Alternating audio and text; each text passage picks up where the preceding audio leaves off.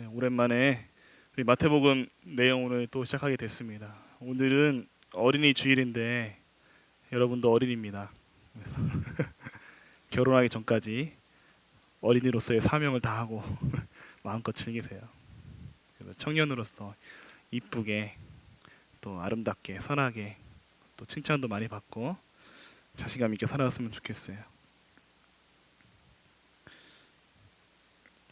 이 세상에는 다양한 생각과 다양한 사상과 또 다양한 가치관, 다양한 철학, 또 다양한 부류의 사람, 다양한 나라의 사람들, 각자 다 정해진 또 자기가 스스로 정한 길을 따라가요. 교회는 이래야 된다. 또 한국은 이래야 된다. 미국은 이래야 된다. 영국은 이래야 된다. 또 사람이라면 학생이라면 또 정치가라면 경제인이라면 이래야 된다. 20대 후반이 되면은 사람의 가치관이 다 정해진다고 해요. 그래서 20대 후반이 넘어가기 시작하면은 다른 사람들의 말이 잘 들리지 않아요. 29살 정확히 말하면. 그래서 참 힘들어요. 이 청년의 시기가 사춘기보다 어쩌면 더 힘든 것 같아요. 정말로 목사님도 이 20대 초반부터 20대 후반까지 얼마나 힘들었는지 몰라요. 대학교를 들어가고 또 군대를 가고 또 나오자마자 또 미래를 걱정하고 또 신학교를 들어가고 또 사역을 시작하고 또 여러 사람들을 만나고 또 상처도 많이 받고 이렇게 하면서 20대를 보냈던 것 같아요. 온몸을 다 던져서 불살라서 또 밤을 새워서 기도도 하고 정말 하나님을 만나기 위해서 나름대로는 최선을 다한 것 같은데 30살이 넘어서 또 결혼을 해서 지금 돌아보니까 아직도 멀었다는 생각을 자꾸 하게 돼요. 그래서 10년 전에 기도했던 그 기도 제목을 다시 꺼내서 요새 기도하고 있습니다. 하나님 보실 때 너무 나태하지 않은가 기도를 하고 있어요. 여러분도 한번 생각을 해보세요. 여러분 하나님을 사랑한다면 과연 내가 지금 이렇게 살아도 되는 것일까? 물론 우리 아버지 하나님은 여러분을 이해하시고 여러분의 연약함을 아시겠지만 여러분 스스로는 조금 각성을 해야 되지 않을까 싶습니다. 저를 비롯해서. 그 기도 제목을 다시 꺼내니까 장애도 너무 많은 거예요. 내가 과연 이런 일들을 해나갈 수 있고 또 이렇게 정리된 사역들에 대해서 앞으로 내가 무슨 위험을 감수해야 되고 어떤 일들을 펼쳐야 되고 어떤 사람들을 만나야 될까. 마음도 아프고 또 한편으로는 기쁘기도 하고.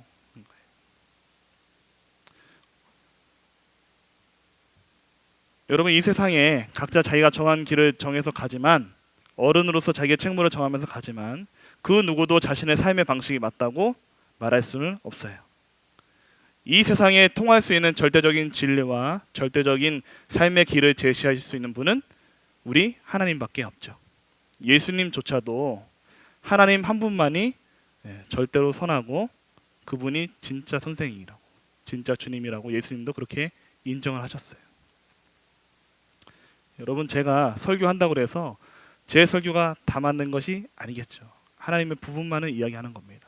제가 여러분을 가르치면서 예수님은 이런 분이시다, 하나님은 이런 분이시다라고 아무리 잘 설명을 하고 아무리 많이 연구를 해도 그 역시 하나님의 많은 부분을 표현하기에는 빙산의 일각에 불과하겠죠. 그래서 겸손해야 되는 거예요.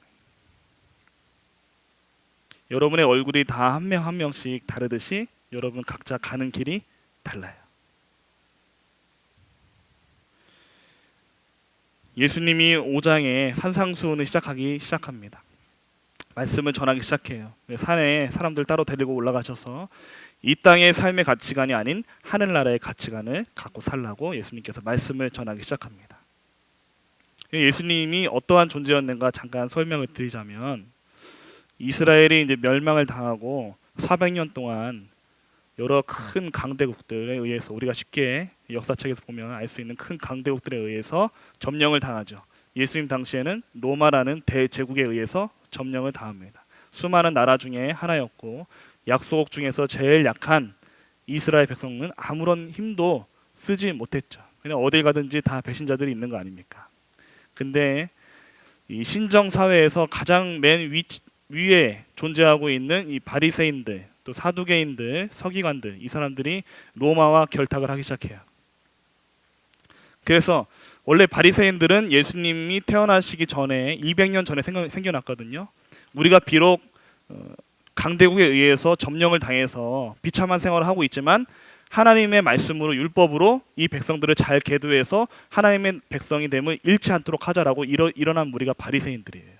근데 바리새인들이 200년이 지난 다음에 이 예수님의 시대에는 완전히 예수님께 비판을 받고 하나님과는 전혀 동떨어진 사역을 하게 되는, 오히려 예수님의 저주를 받게 되는 그런 안타까운 사람들이 되고 말았죠. 사두개인들, 서기관들, 하나님의 일을 열심히 하던 사람들이지만은 이 힘 앞에서는 이제 권력 앞에서는 이 세상의 이런 돌아가는 원칙 앞에서는 어쩔 수 없이 그들도 살기 위해서 권력과 결탁해서 엉뚱한 진리를 얘기하고 자기들이 정한 대로, 자기들이 살고 싶은 대로, 자신들이 살기 편한 대로 백성들을 가르치기 시작을 했어요. 마치 예수님이 오실 때 이스라엘은 모세가 등장했던 그 출애굽 그 사건의 당시처럼 똑같았어요. 약 80년 동안을 하나님께 부르짖었지만 하나님은 지도자를 보내주지 않으셨고 또 엄청난 기적을 통해서 기도의 응답을 통해서 백성들을 구원하지도 않으셨어요. 모세가 80세가 될 때까지 기다리신 다음에 하나님은 출애굽을 명하셨죠. 힘들죠. 백성들은, 이스라엘 백성들은 원래 하나님을 잘 섬겼던 민족이었기 때문에 제사도 잘 지내고 율법도 열심히 외우고 그렇게 생활을 했어요. 근데 안타깝게도 그 어느 것 하나도 예수님께서 당시에 종교 지도자들이 잘했다, 너희들이 잘 가르쳤다 라고 얘기하지 않고 바리새인들을 향해서 예수님이 뭐라고 하냐면 당대 최고의 엘리트들이에요. 너희도 지옥 자식이 되고 너희의 가르침을 받는 자들도 지옥 자식이 되게 하는도다, 이렇게 말하는 거예요. 얼마나 안타까워요. 근데 백성들은 영적으로 피폐해졌죠. 그럼 이 당시에, 예수님 당시에 하나님을 믿었던 백성들은 어떤 신앙을 갖고 있었는가 궁금하지 않습니까? 몸이 움직이는 대로 하는 거예요. 부모님이 하던 대로 그냥 따라하는 거예요. 절기를 지키고 때가 되면 짐승을 가져다가 드리는 거예요. 소나 양을 드리는 사람은 아마 적었을 거예요. 전부 다 생활이 피폐했기 때문에 비둘기나 이 곡식을 찧어서 바치는 소제만 아마 많이 드렸지 않았을까, 그렇게 생각이 듭니다. 비참하죠. 하나님을 믿지만 하나님의 살아계심은 믿지 않는, 하나님의 존재는 믿지만 하나님이 나와 동행하신다는 그 사실은 믿지 않는, 그야말로 형식만 존재하는 이스라엘 백성들의 삶이었어요. 근데 그때 누가 등장했냐면 세례 요한이 등장했습니다. 세례 요한이 요단강에서 세례를 베풀기 시작해요. 사람들이 모이기 시작합니다. 그런 세례 요한의 이 말씀의 영향력이 왜 이렇게 컸냐? 자기의 신분을 벗어던졌기 때문에 그러는 거예요. 어부의 아들이면 어부의 아들로, 바리새인의 아들이면 바리새인의 아들로서 바리새인의 삶을 살고, 서기관이면 서기관, 사두개인이면 사두개인, 제사장은 제사장, 그 삶을 살았어요. 그런데 세례 요한은 보장된 자기의 삶을 집어 던지고 오직 하나님께 꽂히니까 사람들에게 영향력이 가기 시작했던 거예요. 이게 굉장히 중요한 거예요. 여러분, 지금 여러분 자신의 삶에 있어서 불만 있는 분들이 참 많을 거예요. 저번 주에 제가 설교했듯이 여러분, 아직 여러분 살아갈 날이 지금보다 몇 배는 더 돼요. 먼저 규정을 짓지 말라 그 말이에요. 내가 공부를 못했기 때문에, 내가 지금 취직이 잘 안 됐기 때문에 내 인생은 요 정도만 될 거야. 사람이 최소한 꿈은 대통령 정도는 꿔야 되는 거 아니에요? 전능하신 하나님이라고 맨날 외치면서 꿈이 고작 그거밖에 안 돼요? 토익 몇 점 더 맞는 거? 왜 이렇게 폭이 좁아요? 더 넓혀가요. 여러분 혼자만 잘해도 사람들께 인정받고 뭔가 미래가 보장될 것 같은 이 청년의 시기 때 많이 갈고 닦아야 돼요. 많이. 실력도 많이 갈고 닦아야 되고 꿈도 점점 막 키워야 되는 거예요. 지금 벌써부터 여러분 패배주의에 젖어 있는 것 같아요. 목사님이 여러분 청년들 한 명 한 명 이야기할 때마다 느끼는 것, 공통적으로 느끼는 게 딱 한 가지가 있어요. 자신감이 없어요. 자신감이 없어요. 왜 자신감이 없죠? 여러분도 세상의 기준에 따라 살기 때문에 자신감이 없는 거예요. 아버지의 기준에 따라서 살게 되면 자신감이 생기는 거예요. 목사님은 제 심정을 모르실 거예요. 왜 몰라요? 저도 1등도 해보고 꼴찌도 해봤어요. 100점도 맞아보고 빵점도 맞아봤어요. 시험에서 1등도 해보고 시험에 떨어져도 봤어요. 왜 몰라요? 돈 한 푼 없어서 1,000원씩 아끼면서 걸어다닌 적도 있어요. 왜 몰라요? 다 알아요. 아르바이트도 해봤어요. 노가다도 뛰고 배달도 하고. 왜 몰라요? 편하게 살았을 것 같아요? 다 해봤어요. 여러분 심정 알고도 남아요. 학원도 못 다녔어요. 억울하죠. 그러나 억울하지 않았어요. 왜 억울하지 않을까요? 하나님이 있으니까 억울하지 않았어요. 내가 언제든지 울 수 있는 하나님이 있으니까 억울하지 않았어요. 그리고 시간이 지나고 나니까 하나님이 다 마련해 놓으셨어요. 여러분도 그런 경험들을 이미 하고 있고 앞으로 하게 될 거예요. 왜냐하면 하나님은 여러분의 아버지이기 때문에. 그 하나님이 예비하시고 맨날 여호와 이래 여호와 이래 하면 뭐예요? 정말 여호와 이래가 있어요. 따라가시기 바랍니다. 따라가세요. 하나님이 자꾸 여러분을 패배하게 할 때는 이유가 있는 거예요. 나중에 성공했을 때 무엇인가 열매를 맺었을 때 그것이 참으로 값지다는 것을 알게 하기 위해서. 그래서 눈물 젖은 빵을 먹어본 사람이 그 모든 것들을 다 이해할 수 있는 거예요. 또 다른 사람들을 품을 수가 있는 거예요. 그저 내가 살고 싶은 대로 내가 정해놓은 인생길, 또 내가 규정해놓은 나의 삶, 이대로만 살면 그릇이 그거밖에 안 되는 거예요. 자기 삶을 책임지지 못하고 자기 삶에 대한 이런 의무를 다하지 못하는 사람은 다른 사람도 세워줄 수 없어요. 내가 패배주의에 살고 있는데, 내가 예수를 전한들, 내가 예수님을 기쁘게 찬양한들 누가 나를 통해서 새롭게 일어남을 얻겠어요? 여러분 정말로 하나님 나라에서 영적인 영향력을 갖고 싶은 사람은요, 본인부터 정신 차려서 열심히 공부하고 본인부터 열심히 돈 모으세요. 본인 스스로 자립하세요. 그런 정신을 가진 사람이 교회를 바꿀 수 있고, 그런 정신을 가진 사람이 다른 사람을 변화시킬 수 있는 거예요. 여러분 강해지세요. 여러분 하나님이 여러분 아버지이기 때문에 뭐든지 할 수 있음을 믿으시기 바랍니다. 이런 정신을 가진 사람이 누구였냐? 세례요한이었어요. 세례요한. 보장된 자리를 벗어던지고 자기 신분 옷을 벗어던지고 제사장이 아닌 하나님의 말씀을 전하는 자로 자기의 삶을 바쳤어요. 아무것도 없는 광야에서 가난한 사람들과 함께 살았어요. 낙타톳을 입고 메뚜기와 석청을 먹고 그렇게 자랐어요. 세례요한은 이스라엘의 제일 가는 종교 지도자가 됐죠. 그 다음에 세례요한의 또 위대한 점은 예수님을 알아보고 하나님의 메시아다라고 규정을 짓고 선포를 하고 난 다음에 자신의 제자들을 물러내고 백성들에게 예수님을 소개를 해요. 하나님의 어린 양이다. 그리고 예수님에게 사역의 바통을 잘 이어주죠. 세례요한도 그렇고 예수님도 그렇고 사역을 시작하게 된 계기가 30살이었어요. 그러면 이에 대한 작업은 그 전부터 있었겠죠? 20살 때부터. 적어도 20살 때부터 아주 오랜 기간 동안 그 과정이 있었을 거예요.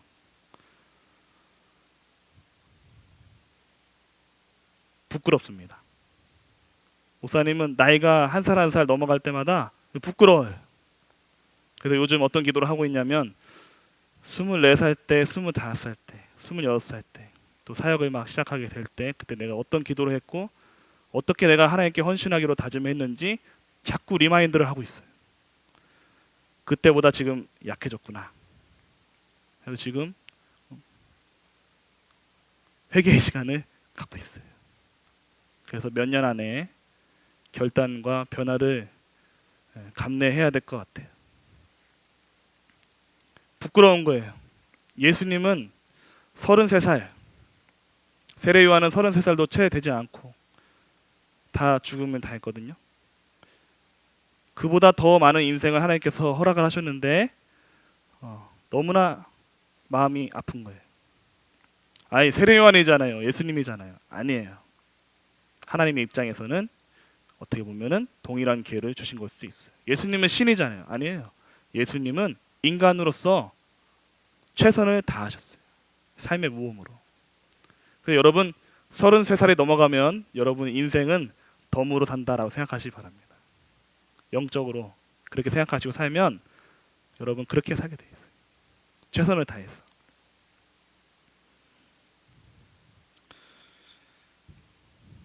예수님이 이 땅에 내려오셔서 하나님의 말씀을 전하기 시작해요. 하나님의 말씀을 막 무지하게 전하는데 누가 제일 싫어했을까요? 바리새인도 싫은 거예요.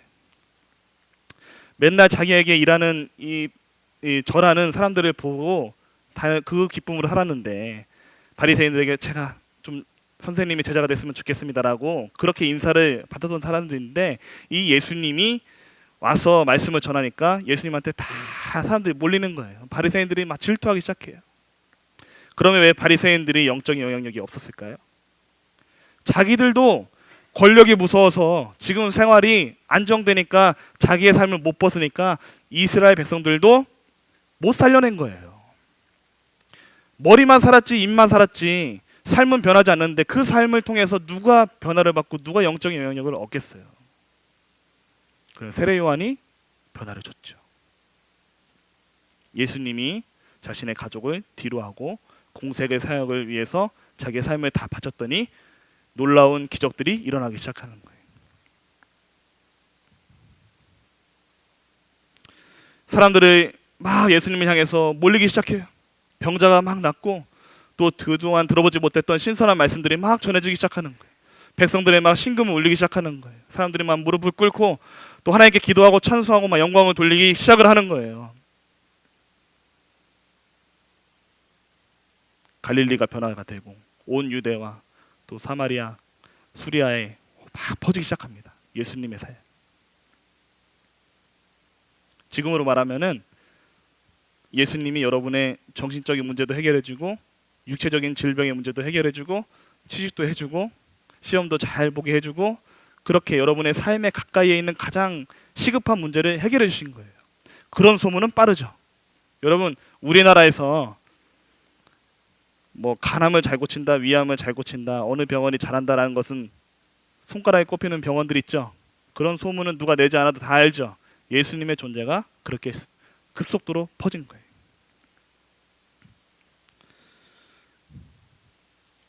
그래서 하나님이 새롭게 보내주신 하나님의 아들 맞나보다, 하나님의 메시아가 맞나보다라고 백성들이 인식을 하기 시작하는 거예요. 듣다 보니까 그동안 못 들어본 말씀이거든요. 아니에요. 못 들어본 말씀이 아니라 고민하지 않았던 말씀이기 때문에 예수님의 말씀이 새롭게 들렸던 거예요. 고민하지 않았던 말씀. 여러분 이 성경이 약 1600년 동안 써졌는데 정말로 이 성경을 살아있는 말씀으로 읽고 대하고 기도한 사람이 과연 하나님의 역사에서 몇 명이나 있을까요? 많지 않습니다. 많지 않기 때문에 하나님의 교회가 정말로 이 교회는 살아있다, 이 교회는 정말 하나님의 교회다라고 말할 수 있는 교회가 사실상 많지 않은 거예요. 이렇게 얘기하는 사람도 있습니다. 교회 안에 들어오면 다 원래 인간들은 죄인 아닙니까? 실수도 하고 잘못도 하고 막 이렇게 가르치면 교회는 변화와 성장이 없어요. 조금이라도 변화해서 조금이라도 성장해서 하나님께 기쁨이 되어야지, 이런 식으로 가르쳐야지 다 실수하고 뭐 다 그런 거 아닙니까? 다 이렇게 덮고 넘어갑시다. 우리 주님의 사랑으로 서로 포용하며 서로 배려하며 살아갑시다. 이렇게 하면 예수님의 사역은 헛것이 되는 거예요. 오늘 17절 말씀에 예수님께서 그러는 거예요. 새로운 말씀이다. 하나님이 새롭게 주시는 메시지다라고 생각하는 사람들에게 이렇게 말씀하시는 거예요. 내가 율법이나 선지자를 폐하러 온 줄로 생각하지 말라. 폐하러 온 것이 아니요 완전하게 하려 함이라 했어요. 이거 무슨 말씀이냐? 율법을 주신 분이 누굽니까? 하나님이에요. 예수님은 하나님의 명령을 위해서 이 땅에 내려오셨죠. 율법의 의미를 예수님께서 부여하신 거예요. 이런 율법은 이혼에 대한 율법이든 뭐 간음에 대한 율법이든 율법에 대한 세세한 것들, 그 하나님의 의도와 마음을 가르쳐주기 위해서 예수님이 이런 말씀을 하시는 거예요. 너희가 새롭게 듣는 말씀이 아니라 너희가 하나님의 의도를 잘 몰랐던 것이다. 예수님의 등장은 이렇게 파격적이었습니다. 여러분, 그러면 오늘 정리를 한번 해보겠습니다. 첫 번째로 율법을 완전하게 한다는 것은 하나님의 마음과 의도가 정확하게 전달이 되었느냐 안 되었느냐, 그것을 예수님께서 정리를 해주신다는 거예요. 그럼 율법과 복음을 가르는 결정적인 차이는 무엇일까요? 과연 예수님은 무엇을 가지고 율법을 완전하게 하셨는가? 제가 힌트를 줬죠. 하나님의 마음과 의도. 여러분, 율법이 먼저 생겼어요? 사람이 먼저 생겼어요? 사람이 먼저 생겼죠. 사람을 먼저 강조하는 것이 율법을 완성시키는 거예요. 그래서 왜 사람에게 이런 율법을 주셨는지 가르치는 거예요. 그게 율법을 완전하게 하는 거예요. 그래서 여러분, 복음서를 보면서 예수님이 율법을 반대하는 것 같고 율법을 잘못 해석하는 것 같고 그런 장면이 몇 개가 있어요. 안식일에 미리 이삭을 까부리는 거, 그런 거, 그리고 안식일에 손 마른 자를 고치는 거, 그런 부분들이 있는데 공통적으로 다 예수님이 사람을 먼저 중요시 여깁니다. 그리고 선한 사마리아 비유에서도 마찬가지로 하나님의 일을 섬기는 것보다 사람의 생명을 먼저 살리는 것이 먼저다, 이런 식으로 예수님이 말씀하셔요. 율법이 잘못됐다고 하지 않고 사람이 먼저다라고 하고 그 다음에 율법을 설명하는 게 예수님의 보통 가르침의 패턴이었죠. 그리고 형식보다는 구원이 먼저다. 지금으로 말하면 청년부 예배를 드려도 변화가 없는 사람들을 위해서 목회자가 해야 될 일은 형식을 바꿔보는 거죠. 아, 무슨 소리예요 목사님, 주일에는 공예배를 드려야죠. 11시 예배 드려야 되는 거 아닙니까? 맞아요. 지금 우리 이런 교회에서는 맞아요. 저도 그렇게 가르쳐야 돼요. 그러나 예수님의 입장에서는 여러분이 이런 대예배로 변화가 없으면 다른 방식을 찾아야 되는 거예요. 매주 나왔는데 매주 똑같은 신앙에 있으면 다른 방식을 찾아서 가르쳐줘야 되는 거예요. 바리새인과 사두개인들이, 서기관들이 그런 일을 못했던 거예요. 왜 11조 안 드리냐? 왜 때가 되면 왜 기도 안 하냐? 가난해도 하나님께 드려야지. 형식만 가르친 거예요. 그들이 무엇을 갈구하는지, 어떤 신앙을 가졌고 어떤 영적인 상태에 있는지 관심이 없었어요. 그냥 가르치기에만, 그저 자기들이 배웠던 그 형식만 대입하기에 바꿨다, 그 말이에요. 목사님도 사역 초기부터 지금까지 한결같이 기도하는 제목들은, 나와 함께 신앙생활하는 분들은 이왕이면은 예수님의 사역에 최대한 가깝게 갔으면 좋겠다. 그래서 어떤 때는 교회 목사님들하고도 부딪힌 적이 있었어요. 예배보다 성역 공부를 통해서 영혼들이 더 많이 살아나는 것 같아서 한 번쯤은 부딪혀본 적도 있었어요. 겁이 없었죠. 여러분, 여러분의 영혼이 변화가 되고 살았으면 좋겠습니다. 목사님한테 물어봐야 돼요. 여러분 영혼을 위해서.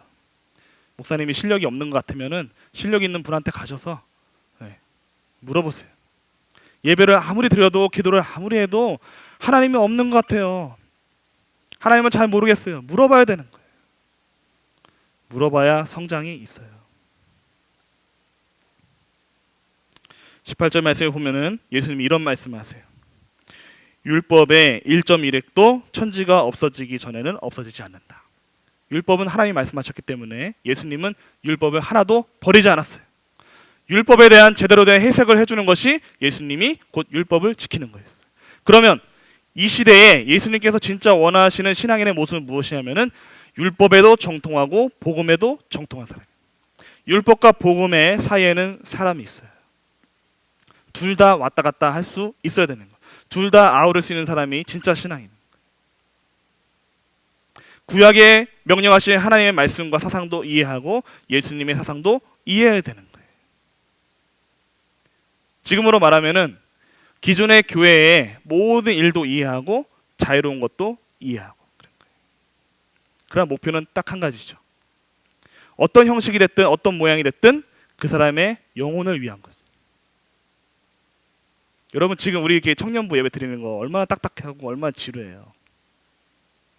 목사님 못 참아요. 이런 성가 못 참아요. 이런 성가 이런 못 참아요. 그 마음 알아요. 저도 찬양대 10년 했기 때문에 그 마음 알아요. 제 개인적인 생각이에요. 잘못됐다는 것이 아니고. 매주 예배가 새롭고 재밌지 않으면 못 견뎌요. 왜냐하면 우리 하나님은 여러분에게 새로운 은혜를 주시기 원하는데 여러분은 늘 똑같은 하나님만 만나는 것 같은 거예요. 못 참겠어요. 뭔가 예수님을 만나게 되고 뭔가 예수님을 인격적으로 하나님을 경험하게 되면은 뭔가 막 폭발적으로 막 일어나야 되는데 이해가 안 되는 거예요. 그래서 목사님은 욕심이지만 우리 청년들을 데리고 주일날 야외 가서 예배를 드리고 싶어요. 이 시간에 야외로 가서 강가에서 만나서 거기서 말씀을 전했던 예수님을 묵상하면서 또 나누고 자유롭게 기타도 치면서 주일날 그렇게 해보는 게 소원인데 지금은 그렇게 잘 안 돼. 그래서 이왕이면 예수님과 같은 마음을 소유할 수 있도록. 여러분 지금 보세요. 예수님에 대해서 설명해보라 그러면 몇 개나 설명할 수 있어요. 오늘 이 본문 가지고 예수님에 대해서 설명 여러분 얼마나 할 수 있을 것 같아요. 그냥 사는 거예요. 그냥 말씀 있는 거고 그냥 그저 감사한 거예요. 예수님이 어떤 말씀을 하시든 어쨌든 나를 위해 돌아가셨으니까 감사합니다. 여기서 벗어나지 못하는 거예요. 여러분 예수님이 여러분의 부모님이고 어머니고 아버지고 그렇게 생각해 보세요. 그러면 생각이 달라져요. 그렇죠? 네. 보통 철이 들면 자녀가 철이 들 때는 부모님이 돌아가시면 철이 들거든요. 예수님이 여러분을 위해서 돌아가셨다거든요. 그러면 아버지가 어머니가 생전에 하셨던 말씀, 나를 위해서 기도하셨던 그 모든 기도들 생각나지 않겠어요? 똑같은 거예요. 예수님이 여러분의 사랑으로 품고 여러분을 위해서 돌아가셨어요. 그러면 예수님의 사역에 관심을 가져야죠. 어떤 말씀을 오늘 나에게 들려주실까? 기도를 해야죠.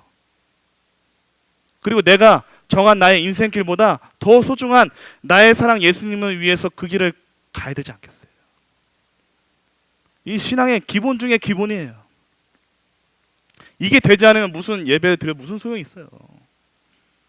열심히 막 이렇게 찬양하는데 무슨 소용이 있어요? 마음은 공허한데 예수님의 사역을 하나도 이해하지 못하는데 무슨 소용이 있겠어요? 그래서 이러한 관점에서 19절을 보게 되면 다 같이 한번 읽어보겠습니다. 시작. 그러므로 누구든지 이 계명 중에 지극히 작은 것 하나라도 버리고 또 그같이 사람을 가르치는 자는 천국에서 지극히 작다 일컬음을 받을 것이요 누구든지 이를 행하며 가르치는 자는 천국에서 크다 일컬음을 받으리라. 요즘 교회가 왜 능력이 없어졌는가? 깨달음만 있는 거예요.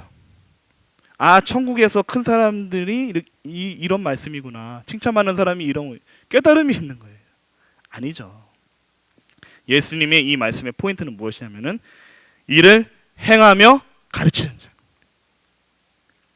청년부, 제가 말씀을 전했어요. 그럼 여러분과 저의 삶이 같이 가야 되는 거예요. 같이 가야 되는 거예요. 예수님이 진짜 만들고 싶었던 교회의 모델은 같이 사는 공동체였어요. 초대교회에서 그것을 만들어냈잖아요. 그렇죠? 서로의 물건을 통용하며 서로의 자기 것이라 하지 않고 날마다 모여서 기도하고 찬송하고 또 예배할 때 성찬을 하고 그런 거예요. 그러면서 하나님의 말씀을 전하는 사람과 함께 새로운 하나님의 세계를 경험하게 되고 매일매일 변화시켜가는 하나님의 말씀을, 하나님의 역사를 보게 되는 게 진짜 교회의 모델이거든요. 그래서 지금 우리 청년부는 한계가 있죠. 여러분 저랑 매일 같이 살래요? 살고 싶어요? 그만큼 제가 영향력이 없다는 거겠죠. 행하며 가르쳐야 된대요. 바리새인들 하나님의 말씀은 잘 듣고 있었어요. 그러나 자기 삶에서 벗어나기 싫었어요. 그러나 예수님은 그 삶을 흔들어 놨어요. 병도 고쳐주고 하나님이 살아계신 그 현장을 눈앞에서 다 보게 했어요. 그리고 하나님 나라에 관심을 갖게 했어요. 그 다음에 하신 말씀들이 천국, 심령이 가난한 자는 천국이 그들의 것이다 라고 천국을 이야기하기 시작했어요. 여러분 지금까지 인생을 살면서 하나님의 기적을 경험하지 않은 사람은 한 명도 없습니다. 여러분이 다 기억하지 못하고 다 인지하지 못해도 하나님이 여러분의 심령을 만졌기 때문에 지금 이 자리에 있는 거예요. 믿으십니까? 네. 그 하나님의 역사가 있기 때문에 여러분이 있는 거예요. 저도 마찬가지고. 천국에서 큰 사람, 율법과 복음에 정통한 자고 또 여기서 보면 지극히 작은 것 하나라도 소중히 여기는 사람. 다른 말로 설명하면 하나님을 향한 무한한 경외심과 사랑을 가진 사람이 천국에서 칭찬을 받는 사람. 하나님의 뜻에 조금이라도 벗어날까, 하나님의 마음을 조금이라도 상하게 할까 몸부림치면서 기도하는 사람이 천국에서 큰 사람이라는 거예요. 천국에서 크다 작다라는 개념을 누가 말씀하셨습니까?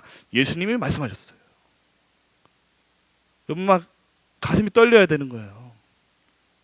경쟁 의식보다 내가 작은 사람이니까 그런 것보다도 하나님이 평가를 하시는구나.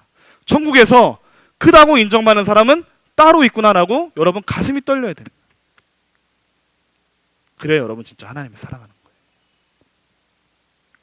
그럼 이 말씀 왜 하셨느냐? 20절에 나와 있죠. 내가 너희에게 이르노니 너희 의가 서기관과 바리새인보다 더 낫지 못하면 결코 천국에 들어가지 못하리라. 서기관과 바리새인들 행함이 없이 가르치기만 했어요. 말만 살아가지고 머리만 똑똑해가지고 변화없는 그런 영적인 생활을 가르쳤죠. 부디 여러분 청년 때 잘 갖고 닦아서 또 하나님을 정말로 내가 어디까지 살아날 수 있나 보자 하고 계속해서 여러분 신앙을 끌어올리시기 바랍니다. 끌어올려서 여러분 정말로 천국에서 큰 사람이 됐으면 좋겠어요. 율법의 형식에 매여 있는 것도 중요합니다. 그것도 훈련이에요. 그러나 그걸 뛰어넘어서 다른 사람에게 새로운 삶을 제시할 수 있는 세례 요한과 예수님과 같은 사람이 되시기를 축복합니다. 여러분 왜 예수님이 이렇게 율법을 강조하시고 왜 복음을 강조하시고 하나님의 말씀을 떠받들었냐 하면 하나님의 나라가 임하게 하기 위해서 그랬던 거예요. 하나님의 마음과 의도가 사랑이 백성들에게 잘 전달되게 하는 거예요. 여러분 제가 이 말씀을 전하면서 여러분에게 아무런 영향력이 없으면은 저는 하나님께 쓸모없는 사람이에요. 안타까운 거예요. 나 스스로 변화를 주고 청년부에 변화를 줘서 여러분을 조금이라도 하나님을 잘 섬기게 하고 하나님을 더 찬송하게 해야 하나님의 나라가 여러분에게 보이기 시작하고 하나님의 사역이 보이기 시작하는, 그게 고민이에요. 그래서 앞으로 목사님은 여러분에게 여러 가지 던질 거예요. 성경 공부도 던지고 여러분들 기도할 수 있도록 기도의 훈련도 시작할 거예요. 그때 많이 참여하시기 바랍니다. 많이 참여하세요. 그리고 본인의 입으로 직접 예수님을 고백하게 하고 예수님의 사역을 갖게 돼요. 그러면요 비전이 엄청 많이 생겨요. 여러분 주입식 교육에서 벗어나고 이 시간마다 드리는 예배에서 벗어나서 여러분 삶을 예배 그 자체로 드리시기 바랍니다. 그리고 여러분의 삶이 곧 하나님의 나라가 임하는 능력 있는 삶이 되시기를 주의 이름으로 축복합니다.